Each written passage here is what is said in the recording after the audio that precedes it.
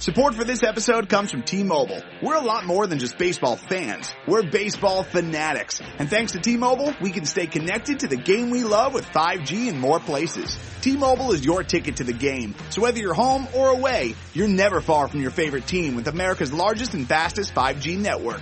Don't get caught looking. Switch to T-Mobile, the leader in 5G today. Fastest according to Open Signal Awards based on average speeds in USA 5G Experience Report, April 2021. See 5G device coverage and access details at T-Mobile.com. What is going on, everybody? This is episode number 295 of the Talking Chop podcast.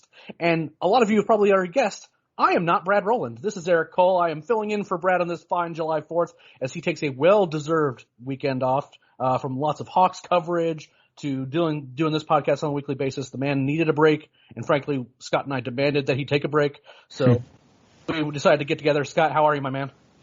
I'm good, Eric. Happy 4th to everybody out there. I hope everybody's enjoying the holiday weekend, and good to be on with you. It's funny, when we were talking about this podcast a little bit earlier this week, it seemed like all the stars were finally aligning for to finally break 500, and it seemed like the Braves had finally turned a corner. And then, of course, we know what happened this weekend against the Marlins. 2 just really tough losses. And as we've said a few times, I think the theme of this podcast this year has been Groundhog Day. Like, we're doing the same thing. And, man, it was an up and down week, but plenty to talk about and good to be on with you. Yeah, it's definitely Charlie Brown in the football, right? Like, you know, like it looks like that they kind of get like they beat the Dodgers 2 out of 3. You're like, okay, that's a really good team. They just took 2 out of 3 from, and then they proceed to like lose a bunch of games. Then they win like a series they absolutely had to win against the Mets. They end up winning a game that Jacob deGrom starts this week, and then they lose. Well, I will say this: they're currently 3-2 this week. And I went on record as the last podcast saying if they don't have a winning record this week, the Braves are not making the playoffs. Now, they have a winning record at the moment. However, currently with 1 out in the bottom of the 9th, the Braves are losing by the score of 7-3 in this game, and the bottom of the order is coming up, which, oddly enough, is still resulting in somehow having 2 batters on. So I guess it's theoretically possible that could still happen, but the odds are pretty slim at this point that that's going to happen. It's likely that they'll lose this series to the Marlins. Pretty disappointing, Scott, to say the least. I mean, like it felt like that this stretch is one they had to just really make a bunch of hay with. Yeah, after a good series against the Mets, the final 3 series before the All-Star break was the Marlins, who have played the Braves tough all year, to be fair, but a Marlins team that is like dead last in every offensive category, and then the Pirates, who have been terrible for many, many years, and then the Marlins again.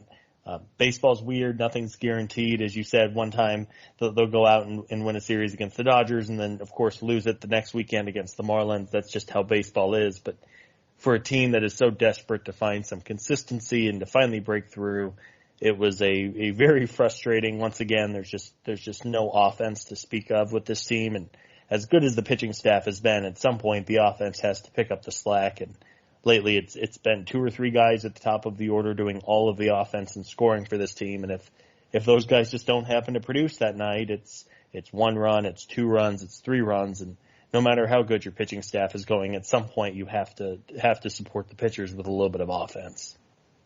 Yeah, it's definitely a recipe for a middling team. The Braves have, and you'll hear when we recap the games this week, you're going to hear basically the same 3 names over and over again on offense. It's basically what's going to happen. It's going to be Ronnie, it's going to be Freddie for some bits, and it's going to be Ozzy, who's been nuts, by the way. He's been nuts so far. He didn't have a particularly great game today, but he's been really good this week. After that, though, it just hasn't happened. And, you know, we had like the game yesterday where there was like no extra base hits to be found whatsoever, and, you know, losing all these really close games. I mean, it feels like this team could be realistically in first place if they just, you know, found a way to score like just a few extra runs scattered over a few games. They'd be well healthily above 500. They just haven't had to do it, and it's been a consistent problem. You know, we had there's certainly one game that's going to be offensively fun to talk about, but this week. But before we kind of get into the games this week, a couple of newsy type items. Scott, your favorite topic, All-Star Game voting results were announced, buddy. And Braves have Ronald Acuna Jr. and Freddie Freeman as starters. That Freddie hasn't been particularly great, but the first base position in the National League hasn't been particularly great this year overall, anyway. So, and Ronnie, I feel, is a very, very deserving starter on this NL team. I think that Ozzie was probably the biggest snub, but and people talk about how much better that Ozzie's been lately than Adam Frazier. But Adam Frazier's had a really good year too. Did you have any problems with kind of how those results came out? No, it's always cool. I mean, really, my feeling is I hope they have fun and I hope they don't get hurt. And after Freddie and Ronald get their 2 at bats, I hope they're pulled and enjoy their time off and are able to take a little bit of a mental and physical breather, even traveling out west to Denver. But yeah, it's cool that anytime you watch the game with Freddie and Ronald out there, it's great. And Ozzie is very deserving. I do think baseball, I always question a little bit. I mean, we'll never know the actual voting numbers.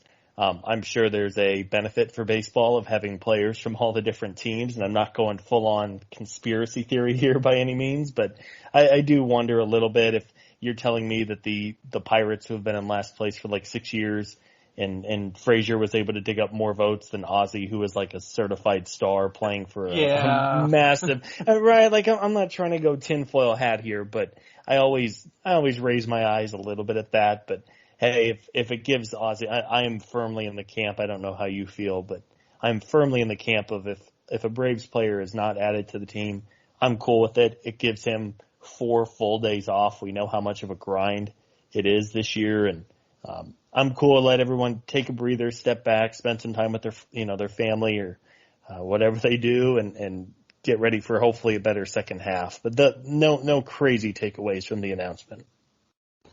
Yeah, it's also one of those things too, Adam Frazier has the highest batting average, and the people who are voting for the All-Star game, they're not looking at overall WAR, they're not looking at extra base hits or how they've been in the month of June and stuff like that. They're just who has the highest batting average? Okay, I'm probably picking that guy. Amongst people who are just kind of filling out their ballots for their team, and they their second baseman is legitimately terrible, right? So I can understand why it happens.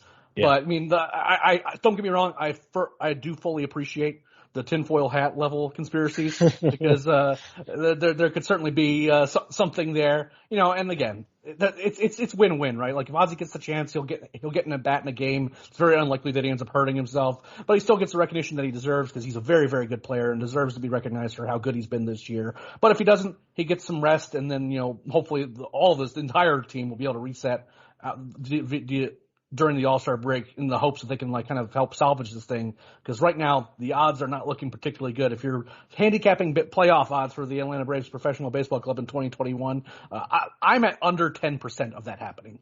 And that's not great, obviously, but I just think that the combination of, we can't expect the entirety of the rest of the division to remain terrible, and then the Braves also to figure out how to play baseball again when they can't beat terrible teams now, is pretty rough.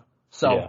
I mean, you're right. I mean, as each day passes and they keep losing these winnable games they need to take advantage of, part of why it's so crucial that they win these final 2 weeks of the first half is the schedule gets a lot tougher, after the break. They're going to see the Padres. They're going to see the Milwaukee Brewers, who are quietly on an 11-game winning streak. They have a 5-game series with the Mets, which of course is very important. And you and I were talking off air just before this, but the reason the Braves are still in this is because of the National League East. As of recording this, they're going to be 4 or 5 games back as of July 5th, essentially 4 or 5 games back, which is nothing with half a season to go.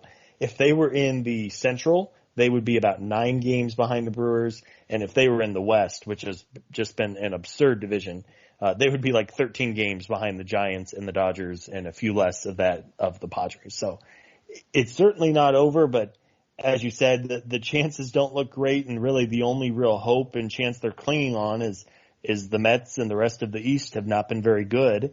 And if that were to change, they better step it up in a hurry because, as we know, it's not an insurmountable lead, but the calendar is quickly progressing here. No, it's definitely not insurmountable. And oddly enough, as we record this, the gentleman that we're going to be talking about next does have an RBI single in the bottom of the ninth of this game. And the Braves have bases loaded for one out with Abraham Almonte at the plate. So we'll see how that goes. To go, live play-by-play here pretty soon. Yeah. The worst was when we were they had just lost the game against the Cardinals, like the nightmare first inning, and Brad and I are recording as the Nationals clinch over the Dodgers. Like that, like I had multiple people DM me said that pain that you guys showed on the mic felt so real, and I'm like, it really was. It was pretty brutal. That was a dark day for baseball fandom. Yeah, that one stung a little bit. And I'm like, I cannot believe it. I think Howie Kendrick hit a grand slam or something. It was real bad. But the gentleman we're obviously talking about here is Orlando Arcia. Was recalled to the Braves. The Braves did not need a fifth starter, so that's why they sent Kyle Muller back down to Gwinnett. For anyone who's worried, there's nothing wrong with Kyle. He's been pitching great for the Braves, I think, considering like what you kind of expect from like the fifth best option for your rotation this year was kind of what they had to go down to. They certainly didn't want to keep running out Kyle right out there. Bryce Wilson seems to be falling out a little bit of favor too. But Kyle's been great, but they just didn't need the fifth starter going into the All-Star break. So send him down to Gwinnett. Keep him kind of on his regular rotation. He'll be right back up as soon as he's eligible, and it would be like nothing really ever happened. But Arcia comes up to kind of bolster this team's bench / starting lineup, which again, so far so good. He had a couple hits today, including that RBI single in the bottom of the ninth, which is good news. But worth noting, career 71 WRC plus hitter in the major leagues. As good as he's been for the Gwinnett Stripers and all those things, he certainly has some prospect pedigree. This isn't a guy who's like been a career, has done much in the major leagues. So like when they called him up, I mean, are we kind of on the same page there? Is this he's probably better than what the Braves have been running out there on occasion, but we're not like expecting him to be Babe Ruth. Yeah, I think given what production they've gotten out of the corners, Abraham Almonte has been okay. You might want to put a pin on that. He just Ire Adrianza has been okay. Yeah, so Arcia is not a star by any means. He had some prospect pedigree, and that's why he's a known name in baseball circles, and he's been around the block a little bit. He has about 1,800 plate appearances at the big league level, so he is not a young man by any means, but as you said, he was hitting pretty well in the minors. He's a guy who, at least coming up, had a lot of hype, and people thought he could be an everyday star for Milwaukee, and hey, if he can give the team a boost, I don't think you can count on anything just given his history, but if he can give the team a boost, even for a couple of weeks, as we see what the Braves decide to do with the trade deadline here, it would be a big, big boost. Absolutely. Just being able to like get something out of that bottom of the lineup and just, he's also a guy that can give a guy like Dansby, who's been very suspect in the lineup, days off here and there. He's a guy who can fill in. He can play multiple places around the field where not only is he going to be kind of in those outfield spots that have been, again, probably some of the more suspect ones, but he also give other guys days off too. It's a really good piece to have on the roster. I have no issues whatsoever. So kind of getting into the games this past week, we're going to start off with a less than positive note. After an off day on Monday, the Braves played the Mets on Tuesday, and they lost that opener 4-3. This game felt like a game the Braves had to win for me because they were going up a guy who's making just his second career start, who the Braves had also lost to when he made his first career start. And you get that big 3-run homer from Ozzie. Felt like it had a good chance with the way Morton was looking on the mound. But then some questionable umpiring, which again this is going to sound awfully familiar based on today's game too. Some questionable umpiring gave the Mets an extra base runner, and James McCann hits a 3-run homer, ties the game. Minter ends up giving up a homer, gives the Mets the lead. Offense does nothing in late innings. Again, the time is a flat circle. This is what we've seen a lot. Is like close games, the bullpen barely blows and the offense doesn't catch them up. I mean, do you have any other takeaways from the game other than that? I mean, it just feels like we're just watching the same thing over and over again with this team. Yeah, I'm laughing because as we record this, the Braves just scored 4 in the ninth to tie it. I've never, you and I and Brad have done a ton of these podcasts, and being the 4th of July, full disclosure, Eric and I were like, hey, let's get this over with so we can enjoy some time with family and fireworks and whatever else. And sure enough, the Braves have come back, so that's why I'm laughing. The Tuesday loss to the Mets. 14 innings. Here it comes. Yeah, without knowing what was going to happen on Wednesday and Thursday, Yeah, it was off to a 3-0 lead. The one blemish for Charlie Morton this year has been one bad inning, and that got him again. And usually if he's been able to, he's been really, really good lately, and it's because he's been able to avoid the one big inning. But I think I tweeted it while watching the game. It feels like every loss this year has been the same. They have an early lead, and they don't expand on the lead, and either the starter or the bullpen slowly let the lead dwindle down, and then before you know it, you blink, and they're suddenly down, and the lineup can't overcome or do anything, and before you know it, the game's over, and the Braves have lost. So that was a frustrating game, and thankfully Wednesday and Thursday's results were a little bit better. But yeah, again, it's the Groundhog Day thing where it was an important game, and they just couldn't quite close it out. Absolutely. And again, Morton, he looked good for most of that start. It's, as Scott mentioned, he just seems to always have an inning where either he gives up a big home run and it's usually like a big 3-run homer. It's not like a solo shot or anything like that. It's like the worst, like a seeing eye single and then a walk on a questionable pitch followed by a 3-run homer. That's just how it happens with him. And it's pretty frustrating because it just makes his line look, it's not representative of how he looked in the game.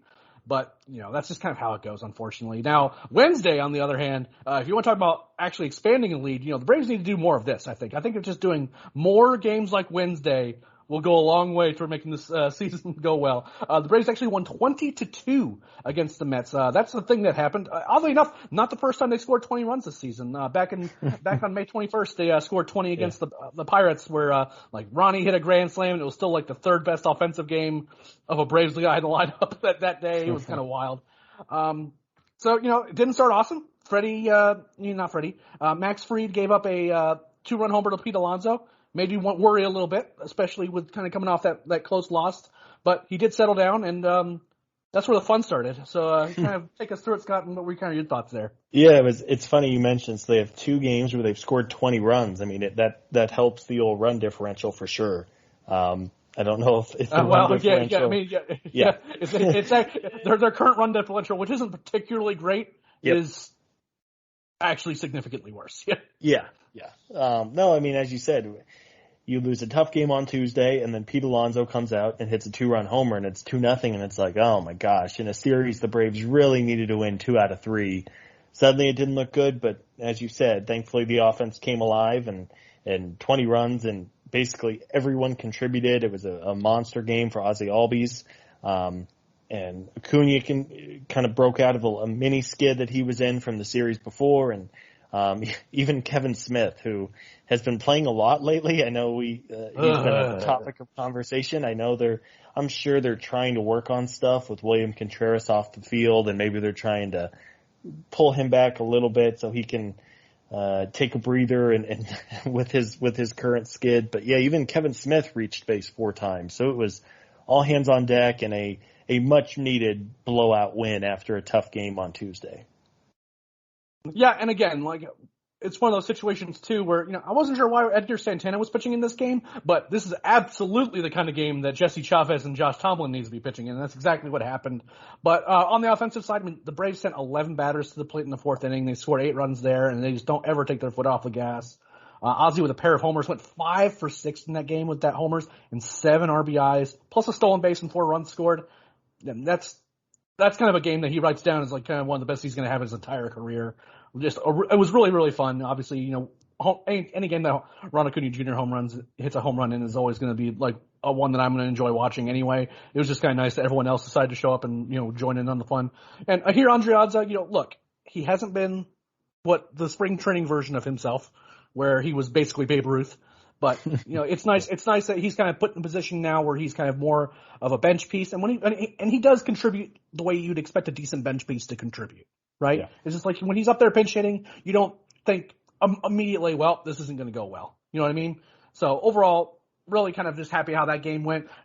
Maybe would have preferred that they spread those more runs out a little bit over the course of the rest of the week, because I think that it was more important to kind of get results over the course of the week than just kind of looking like the 1927 Yankees on Wednesday, but that's okay. So that kind of takes us through the middle of the week. Before we kind of go into the rest of the week and we kind of talk about this game, which in theory should be over by the time we get there, we're going to take a quick break to listen to our word from our sponsors.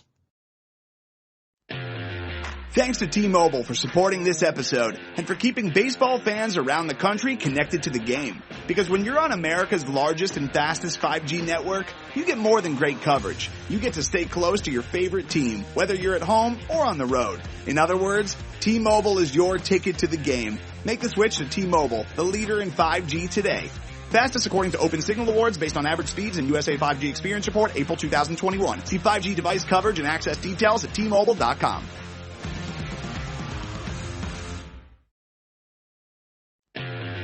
Thanks to T-Mobile for supporting this episode and for keeping baseball fans around the country connected to the game. Because when you're on America's largest and fastest 5G network, you get more than great coverage. You get to stay close to your favorite team, whether you're at home or on the road. In other words, T-Mobile is your ticket to the game. Make the switch to T-Mobile, the leader in 5G today.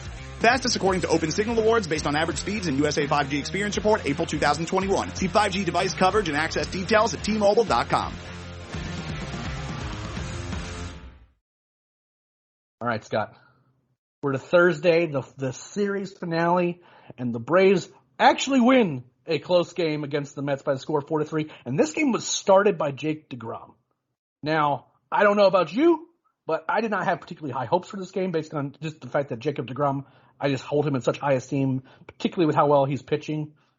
But Austin Riley, did you see that pitch that he hit that home run off? Even DeGrom had no idea how Austin hit that ball out. It was a missile too. Like it was like 100 miles an hour on the outside corner. Like you'd just be lucky to foul it off under the best of circumstances. And somehow Austin connects for a 2-run homer. And really early in this game, the Braves had a 3-0 lead. You know, the RBI single from Ozzie, that 2-run homer from Austin Riley, and just like that, you have a 3-0 lead against a guy that just doesn't give up runs, period. I think that his ERA is still healthily under 1, and he certainly found himself again in this game. But Ian Anderson, considering the competition he was up against, and he clearly didn't have his best stuff, he was perfectly fine. 7 innings, 3 hits, 2 earned runs, 2 walks, only 2 strikeouts. Would have liked to see him miss more bats. But he was getting that weak contact, and the defense was making plays behind him. You know, considering what he was up against, I had no issues with what Ian did in this game. What do you think? Yeah, I mean, it's a tall task to go up against a guy in Jacob DeGrom who is having an all-time historic year. And even though the Braves got to DeGrom in the first inning, you could tell Jacob was pissed, and he just went God mode the rest of his evening. And hey, it was pretty rough the rest of the game. Yeah. And you know, for Ian to know that he has to go out there and be pretty darn close to perfect, knowing who is on the mound opposite of him that day.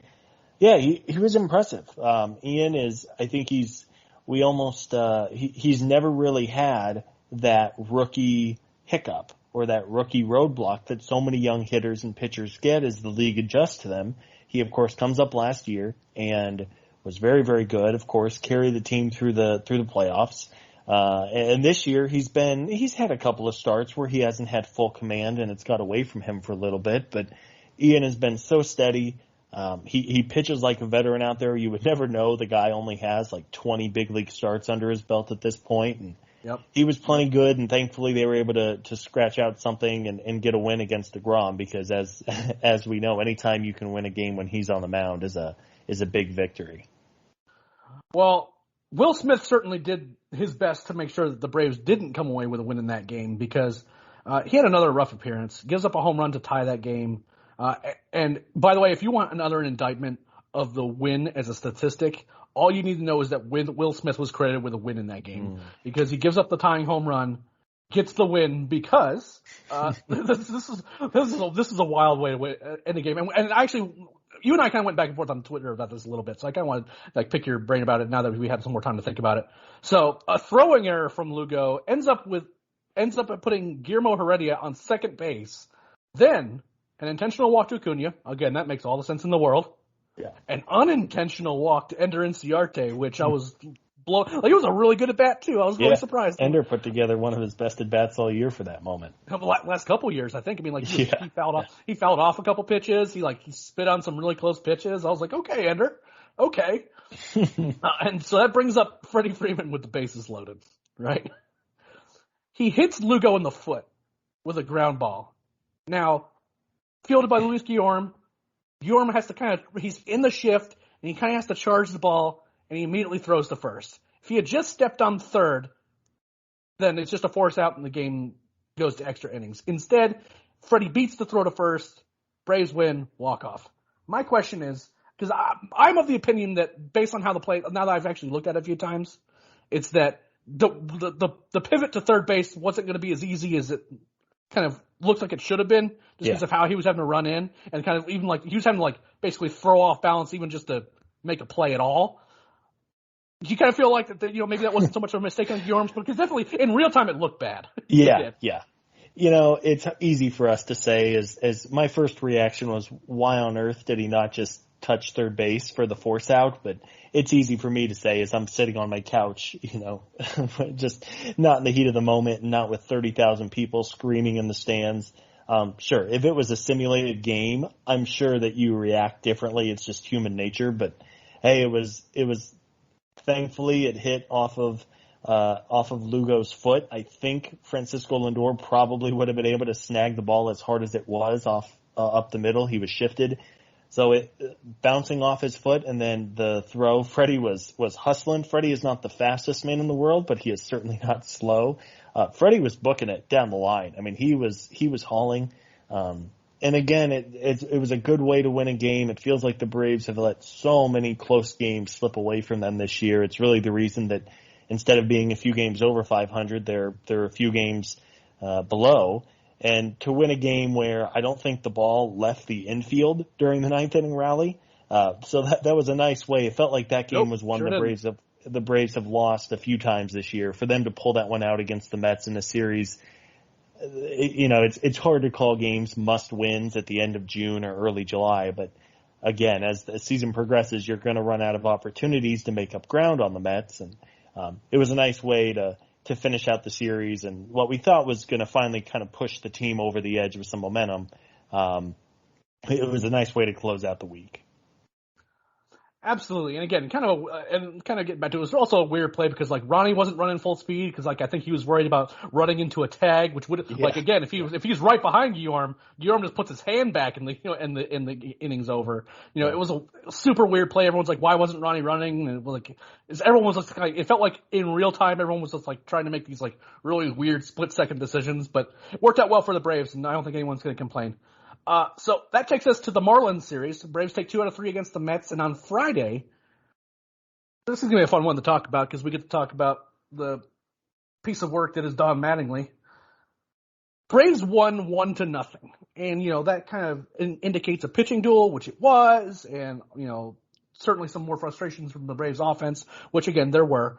But we get a really good start from Drew Smyly, but that wasn't the story from this game, right? We could talk about Drew Smyly looking really good, or the bullpen, walking 5 guys in 3+ innings and still managed to hold on to a shutout.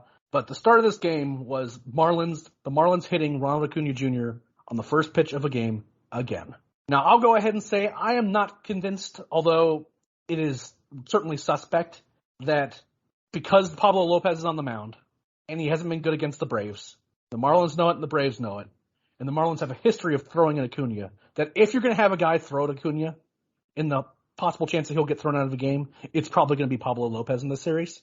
And that's the guy who did it. So Acuna gets hit. He's obviously not happy about it. Gets put on first. Snitker rightly comes out and, gives the umps an earful about it, because we've seen this over and over again. It's just that, the Marlins hit Acuna, they'll issue warnings, and then not only can the Braves not retaliate, but then it just seems like the Marlins continually get off scot-free doing it. But the umpires confer about it, and they threw Lopez out of the game. And then Mattingly came out, and they threw him out of the game. And I will say that even if it wasn't on purpose, I think that given how this has been handled in the past, particularly in the playoffs when Alcantara hit Acuna, and then basically challenged him to a fight after the game, and nothing was done. Yeah. This is kind of something that had to happen. I feel like it had to happen. I agree with you. In a vacuum, if there was no history, of course you don't throw Pablo Lopez out, right? You got away from him. Players get hit, but this is not in a vacuum. There is 3+ years of a history here. The Braves broadcast booth said they spoke with Joe West, of all people, but Joe West told Chip Caray and Tom Glavine that the umpires have been instructed that whenever there is a history between the teams, that they need to treat the circumstances a little bit differently than if it was just a random one-off, and that was something that I don't believe had been reported or anything like that. But I can't believe that Joe West, those words came out of his mouth, though. Like, that kind of blows my mind. Yeah, I was right when they said it, I was like, oh, really? Joe West of all people? But, yeah, so it was, again, this is a repeated occurrence. And Don Mattingly can say whatever nonsense he wants to say, but at some point, you can't keep hitting Acuna in the first inning and not expect there to be some kind of consequence, right? Clearly, Jose Urena had some issues, right? Like, that was a very malicious intent to injure when he went headhunting after Ronald a few years ago. The Sandy Alcantara, as you said, when he hit Ronald with a pitch and then basically challenged him to a fight after the loss, like, come on, what are we doing here? This is not the UFC. If a pitch gets away from a guy, that's one thing. But when a pitch continually gets away at a guy who has just tormented their franchise ever since he came up, like, enough is enough. And unless you start throwing pitchers out, there's no repercussions here. I get why the Marlins and Don Mattingly and Pablo Lopez, who is by all accounts a good person, this is not a Jose Urena situation here where clearly there's a screw loose somewhere. But no, not at all. But at some point you have to enforce some kind of enforcement with this. And that's the way to do it. And it's funny enough, I think after a couple innings, the Marlins bullpen was so good throughout the rest of the game. It was like, all right, if they want to bring Pablo Lopez back out, that's probably fine because the couple of kids they had. Yeah, they were really good. Yeah, I mean, they were impressive. The Marlins bullpen is very good. Really, their whole pitching staff is good. It's just the lineup that's not very competent right now. But yeah, it was a weird game, and funny enough, the hit by pitch with Acuna was the one run that scored for either team all night. So that was a nice little redemption at the end of the evening. Yeah, and after the game, Don Mattingly decided to kind of double down on him being kind of a miserable human being about this whole situation. Like, seems completely oblivious to the fact that this history could possibly instruct the umpire's decision making, and then decides to go after Mike Soroka of all people for throwing a 91-mile-an-hour fastball that didn't knock Pete O'Brien out of a game, and said that he clearly did it on purpose and broke his rib. By the way, Peter O'Brien, who ended up signing a contract with the Braves the next season, I was so over. Once he started talking, I'm like, oh, so it's good to know that you're not only trying to claim that the nicest guy in the league, and Mike Soroka, threw on purpose at one of your guys, but then basically confirmed that that's the reason that decided your decision-making to continue to hit Ronald Acuna and other Braves players. I was so over it, but, again, it's whatever. I was going to say, he's going to, if you ever run into Don Mattingly, he's going to, he can't disrespect your son like that and expect to get, not my adult son. Come on. Like 3 years ago, Don, really? That's what you've been holding on to. And Peter O'Brien played. He continued to play. It wasn't like it was, I mean, and I know the Marlins have also brought up Brian Anderson getting hit a few times, which is certainly fair. But the 6 times he's been hit, 3 of them were with breaking balls. 2 of them were in his foot on like backdoor sliders that just cut too much. It's like these things are not the same. There's a difference between drilling somebody in the rib cage or in the hand or in the elbow with a 95 fastball, and then a curveball getting away from a guy and plunking him in the butt. Those 2 things are not equal. No, but again, this is Don Mattingly we're talking about. He's not going to let the facts get in the way of the fact that he feels like the best way he can motivate his team is just by making them angry and, adhering to kind of the old school way of baseball where you kind of enforce the old school, the rules as they see fit, and enforce them yourself by, throwing at other guys, and it's kind of a mess. Which made the next game, which ended up being a 3-2 loss against the Marlins, a little more interesting for me because I don't know about you, but among the guys that I would not want to get involved in some sort of brawl or hit by pitch situation, Kyle Muller would be near the top of the list, all 6'5" and 250 of him. He likes to fight trucks in the off season, but again, that didn't happen. There was no hit by pitch from either game, which honestly was nice. I don't want to think about like guys getting headhunted by either team. It's not fun to watch. It's, the people who like that sort of stuff kind of drive me crazy. It's like, they like the drama of it. And I'm like, no, I don't think you understand what 96 miles an hour at a person's body can do to them. And it's just don't do it. I'm glad that didn't happen. Tough loss though. Not a single extra base hit from the Braves, despite getting 8 hits in the game. Not a single extra base hit. Just a fun little note for just to put the ball in play crowd. If you want to know why teams like to hit for power and hit for extra bases, it's this stuff right here, because ground balls that are weakly hit and things like that, little singles here and there, don't very often result in enough runs being scored. So this is also probably the worst that we've seen Kyle Muller, and I kind of want to just touch base on what your kind of thoughts are from him about not only this game, but what you've seen since he's come up. But again, probably the worst we've seen him. The command wasn't really there, but still was perfectly fine despite the 3 runs and the walks. He struck out 7 in 5 innings, and he kept the game reasonably close. I've been very impressed with Kyle, and you and the Awesome Talking Chop prospect team have seen him and his development throughout the minors over the last couple of years. But and be sure to listen to Road to Atlanta if you guys don't, which is available on this very podcast feed. You like that? Brad will be happy with it. Yeah, he's been real happy with the plug. I'm gonna make sure. I'm gonna do a little timestamp and let him know where it was. Okay. There you go. We got it. All right, we got it. But no, I've been very impressed with Kyle. I love the pace that he pitches with. He is, as you said, a massive human being. He throws hard. He's done a good job of keeping his breaking stuff down in the zone. I mean, if he can keep his fastball elevated and his breaking stuff down, that is a huge recipe for success, right? Especially in today's game where everyone's trying to lift everything. That's going to work for Kyle. He's been impressive. Inevitably, as teams get more and more video of him, he's going to have to make adjustments, just as all young pitchers do. But this year, whenever they've needed a young pitcher to step up, really all year long they've been able to find someone, and that's the beauty of having so much depth. Waskari Noah was so good early on. Tucker Davidson was really, really good before his elbow issue. I would imagine that after the All-Star break, I would imagine Muller will be right back in the mix.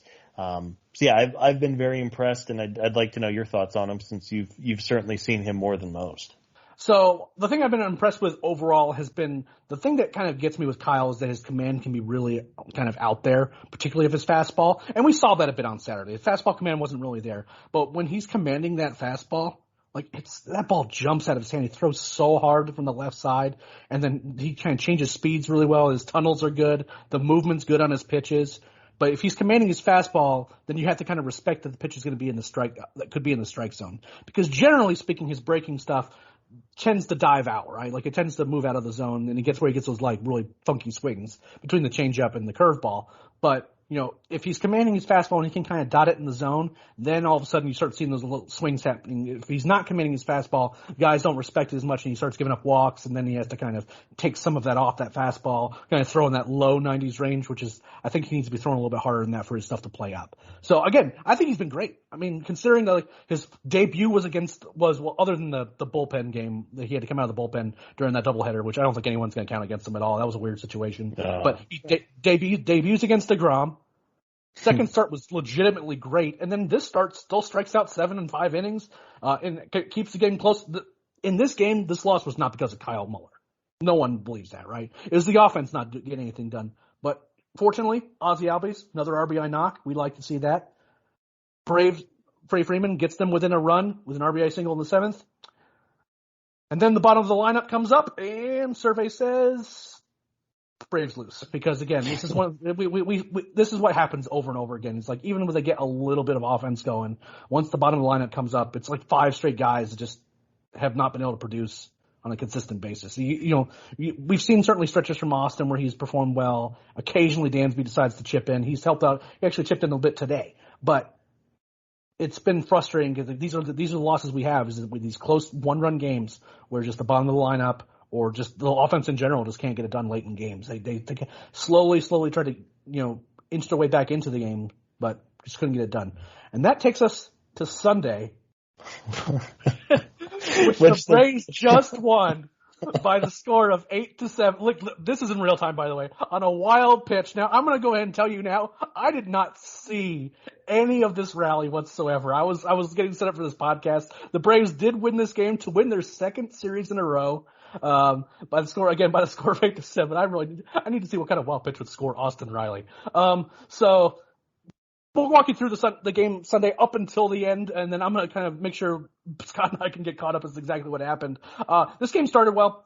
Third inning, Ronald Acuna Jr. connects for his 23rd home run. He's making it more and more making me more and more nervous that I'm going to have to get tattooed if he ends up with the 40-40 club this year. The Marlins get a run back on the sac fly, and then we get to talk about our old friend Adam Duvall, who connected for one home run in this game for sure, almost another one. Scott, what was the over-under on your mind, Alec? How much damage Adam Duvall was going to do in this series against the Braves?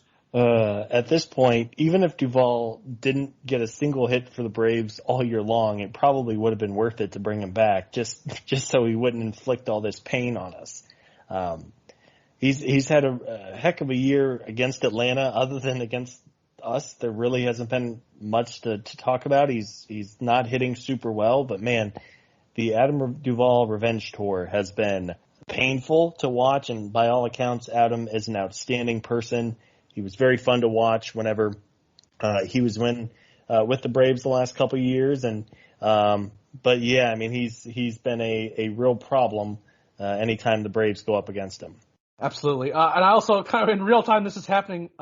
There seems to be some discussion as to whether or not Austin Riley touched home plate, and this plate is Yeah, they called him out. This is crazy. We've never done a podcast like this, Eric. I guess even though the Marlins pitcher stepped in front of the plate, they say that Austin did not touch the plate, and now there's 2 outs and the game is still going on. Holy moly! Oh, this is too funny. And friendly reminder that Alec Boehm still hasn't touched home plate, and he's still somehow called safe for a lengthy review. And what I assume is probably very more clear evidence that he didn't do so. But again, neither here nor there. We'll get back to that shortly because it seems like this game could be going on for a little while longer. This is too funny. Dansby hits a double, brings the Braves within a run after Adam Duvall hits the home run to give them a 4-2 lead. That makes it 4-3. We thought that Duvall was going to hit another home run off of Chris Martin. But it seemed like, and Ronnie was right on top of that. They're like, no, he's like, review that. That's not a home run. Ends up singling in the day bat. Loads the bases. Somehow Chris Martin gets out of it. He's not looked good, by the way. He's not looked good in his last few appearances at all. Chris misses the sticky stuff, I think. He's somebody who, ever since, what's it been, 3 weeks now since they've announced that they're going to be enforcing the sticky rule. It's hit the Braves bullpen hard. Yeah, it has. It's been, for him and a few other guys have seen drops in their spin rates, and I think he's probably been, him and Tyler Matzik especially. Luke Jackson also has seen a drop off in his spin rate, but Chris has not been nearly as sharp as he was, and hopefully as the season progresses, he's able to kind of settle in a little bit. Absolutely. And again, it's not as simple as there's guys in this Braves team like Tyler Matzik, Luke Jackson, who have seen their spin rates really drop off. But there's also the command of your pitches and just being used to throwing with it. And I think that's what we're seeing on Martin. It's just he's not used to throwing without that same grip. And that's a hard thing to get adjusted to. I don't necessarily fault the guy for that. Now this kind of gets us late into the game, and I'm not sure if we're going to be able to be done in time to find out the result of this game. So, we're either happy or sad. We'll go ahead and just default to that because Freddie singles in the bottom of the 8th, ends up getting caught stealing on a steal of second. So it's kind of a terrible play overall. Obviously there's plenty of people who were trying to tell me that, it looks like it was a blown hit and run or something like that. I just hope that there's a certain amount of, we can't make dumb mistakes, whether it's a blown hit and run or just a dumb mistake, because that's exactly how Ronald Acuna Jr. is treated. If you just keep saying that guys like Dansby and Freddie, when they make mistakes, it's just guys trying to be aggressive. And then when guys like Ronald Acuna Jr. or Ozzie Albies make a mistake, it's because they're just stupid. And you can't make stupid mistakes if you want to win ball games. That's where the problem that I have is that there is a certain amount of inconsistency about it. But I think you'll agree, that decision by Freddie certainly looked pretty bad when it happened. Yeah, I don't know if it was a missed signal somewhere. I don't know, but again, that's just a tough. It's just not a very smart play to make there, especially for Ozzie, who's been going so well. And obviously, it's something that's going to get buried as the chaos of the 9th and 10th innings. We currently have Max Fried stepping to the plate with the bases loaded. So this game has gone completely off the rails here. Oh, this is too good. We thought they had won, then they had lost. Alec Boehm still hasn't touched the plate. I don't know what's happening, but We have never done this before, Eric, but yes. This is too good. This is an going all-timer. back, which is like 2 hours now in real time at this point. It was a weird decision to send Freddie there. I don't know if Freddie went on his own or if the dugout sent him or what, but that's not a heads-up baseball play in that situation. And I guess we can only hope that this crazy game, I'm trying to stretch here, as you can probably tell, is going to go down to the wire. And yeah.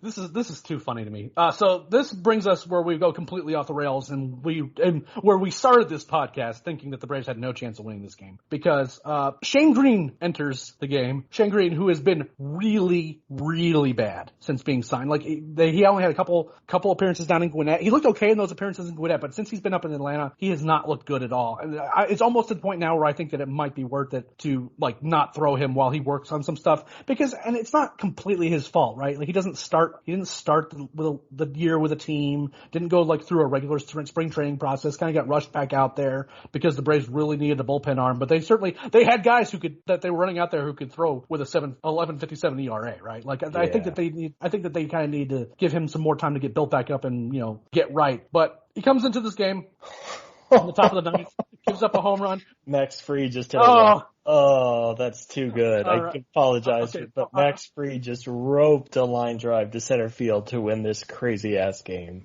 I'm going to cue you up here for the ninth inning rally on, so you can kind of explain to our listeners why it's happening and why we're laughing so hard. But the top of the ninth saw Sandy Leon, all 400 OPS of him, connects for a home run off of Shane Green. Then he gives up another home run to Jesus Aguilar, and just like that, it's a 7-3 lead. And it looks like the Braves have no chance of winning this game. And Scott and I were going to be really upset talking about them having another 500 week in a week where they really couldn't afford it. And then the bottom of the ninth enters the chat. Scott, you're up. Yeah, no, my one thing, I think you're right. I would give Shane a little more time to get his legs under him. It was eye-raising to me that no other teams wanted Shane this offseason. And he wasn't bad last year, but I think it's clear that he probably isn't as good as he once was. For him to then join mid-season, not really have a spring training, et cetera, I would not hate it if they sit down with Shane and say, Shane, let's try to get you some work. Alas, the ninth inning, Braves are down 7-3, and if you were stepped outside to start grilling and missed it, it went with a Austin Riley single. Dansby hit into a fielder's choice, but then Guillermo had a single, Arcia had a single, Pablo walked, Abraham Almonte hit a 2-run double down the line to make it 7-6. Ronald Acuna hit a sac fly to tie it at 77. It was a really good at bat by Acuna, who went down 0-2 early and fought back to tie it. Intentional walks to Freddie and Ozzie, and then a really tough slider that struck out Austin Riley. So that took us to the 10th. Again, as you and I started recording this a little while ago, it was 7-3, and we figured the Braves, with the bottom of the order up, had no real chance. We'll come out and say it. It is the 4th of July. We have stuff going on, but man. What a crazy rally in the ninth, and thankfully for once they took advantage in the 10th. Absolutely. We have the 10th inning where Will Smith pitches well. Nothing crazy happens. Starts with the extra runner. Runner moves over on and out, but beyond that, gets the job done. Braves load the bases. We see Austin Riley getting called out at the plate on that weird play where it looks like the plate was blocked, but ends up being called out because he didn't touch home plate. After a lengthy review, then somehow Max Fried gets put in a position where he has to pinch hit, drives in the winning run. Braves win 8-7. Now the Braves have won 2 straight series, are 4-2 on the week, which is, you take that every time this week. If you win both series, it's not ideal because again, you want to just make up as much ground as you can against the really bad teams in this division, and Miami is in the last place team. But now that we know that they've won both series back to back this week, how are you feeling on the Atlanta Braves? What a difference 45 minutes makes. It was a big game. Exactly. To win. Right. Yeah. I mean, this was a game to win 2 out of 3 against the Mets and then lose 2 out of 3 to the Marlins. Would have been really, really tough. And again, as we've said a few times, by no means is the season over, regardless of what happened today, but you need to beat the teams that are behind you in the standings, and in a pretty competitive National League are one of the worst teams. So yes, for the Braves to score 4 in the ninth and come back, especially after Shane Green had imploded in the top half of the inning, Will Smith worked a very clean top of the 10th, and then I do want to thank Don Mattingly, who intentionally walked Kevin Smith to bring Max Fried up to the plate. I think most people would tell you. I would absolutely want to face Kevin Smith more than Max Fried. 10 times out of 10. So thank you, Don, for that decision. But yes, if you're looking for a way to celebrate here today, I mean, that's a big win. I know the Mets are, they have a doubleheader in New York today. So again, you don't want to fall even farther back, and now hopefully they can take some of this momentum into their series against the Pirates, and then they will see these very Marlins in a week. It was a good comeback win, and honestly a lot of fun to do this live with you, Eric. We were kind of worried. It's like, man, if they go to the 11th inning here, I don't know what we're going to do. We're going to have to do like Scott and Eric's favorite baseball movies until the game wrapped up or something like that. So it was a good win. We can save that podcast for the off season when we're going to have to find things to talk about, especially with the potential work stoppage coming up. So we got to make sure we got to keep all those, Scott and Eric's recipes for, favorite recipes for, various casseroles and stuff like that. We'll do cooking shows and stuff like that if it comes to it. But so Braves win 4-2. And worth mentioning too, the Mets did win 10-5 the first half of that doubleheader today against the Yankees. So they do that. So they do get to keep pace with them at the very least. Again, really important. And I said this last week, is that I just felt like that if you don't have a winning record this week, it's just not going to happen. Because if you can't have a winning record against this schedule, you're not going to have one after the break. It's not going to happen. So. But now that they've done it, and they showed some real heart today, and this kind of win feels like the wins that the Braves used to, like the improbable ones from last year and from 2019, where they would just come back from these like crazy deficits, like their starting pitcher gives up 9 runs in the first inning, they come back and win the game. This is a really improbable win, very improbable. And they managed to get the job done. And people should take heart from that, is that they managed to get something done. And who started that rally? One Orlando Arcia, who we started the show talking about, helped get that rally started, played well today. Maybe this is the start of something fun. Who knows? Maybe Scott and I will start making our debut, calling games as they're happening over the course to kind of keep the good run going. Anything else you want to share with listeners before we let them go? No, I hope everyone enjoys their 4th of July weekend. Thank you for tuning in as always. And, a nice note to end these podcasts on. It's been a frustrating and trying year, but, you hope, and we've said this before, and who knows what it'll be, but you hope that the team can take this big win on a Sunday on getaway day and off day Monday, but then they should be able to. Again, there's no guarantees with baseball, but hopefully springboard into a good series with the Pirates. You never want to call for a sweep, but frankly, you would hope they could sweep them, and then end up the year with the Marlins, who, even though it seems like whenever these two teams meet, there's fireworks and there's it's a contentious series. So good to be on with you, Eric, and hope you and the fam enjoy the rest of your 4th of July. Absolutely. I'm sure we're going to. It's going to be a good time watching these fireworks here in a little bit. One special note that this coming week, we are finishing up our draft preview content over here on Talking Chop. Minor league stuff still going on our end, but we're also really cranking up our draft coverage because the draft starts on the 11th, which is just 1 week away from today. And it's frankly causing me to have a bit of anxiety about it. But Matt Powers is working really hard on getting all these positional rankings up so you guys have a general sense as to what guys are going to be taken where and how much you should like them and how much you shouldn't. Working really hard to get that done. So that's going to be finished rolling out this week, in addition to the usual minor league content and the usual major league coverage content that we put on Talking Chop. So make sure you're keeping an eye out for that, because going into next week, it's going to be all draft all the time. You will not be hearing from me again until after round 1 of the draft on Sunday, where I'm going to be sitting down with Matt. We're going to break down whoever the Braves select. We really appreciate everyone for taking the time to listen and download the podcast. Make sure you're telling your friends about it. Make sure you subscribe to the feed and whatever podcast provider you choose to use. Make sure you let your friends know to leave a nice 5-star review for us as well. It helps to grow the podcast. You get this podcast as well as our minor league podcast, The Road to Atlanta, hosted by yours truly every week. We thank you all so much, and we'll see you next time.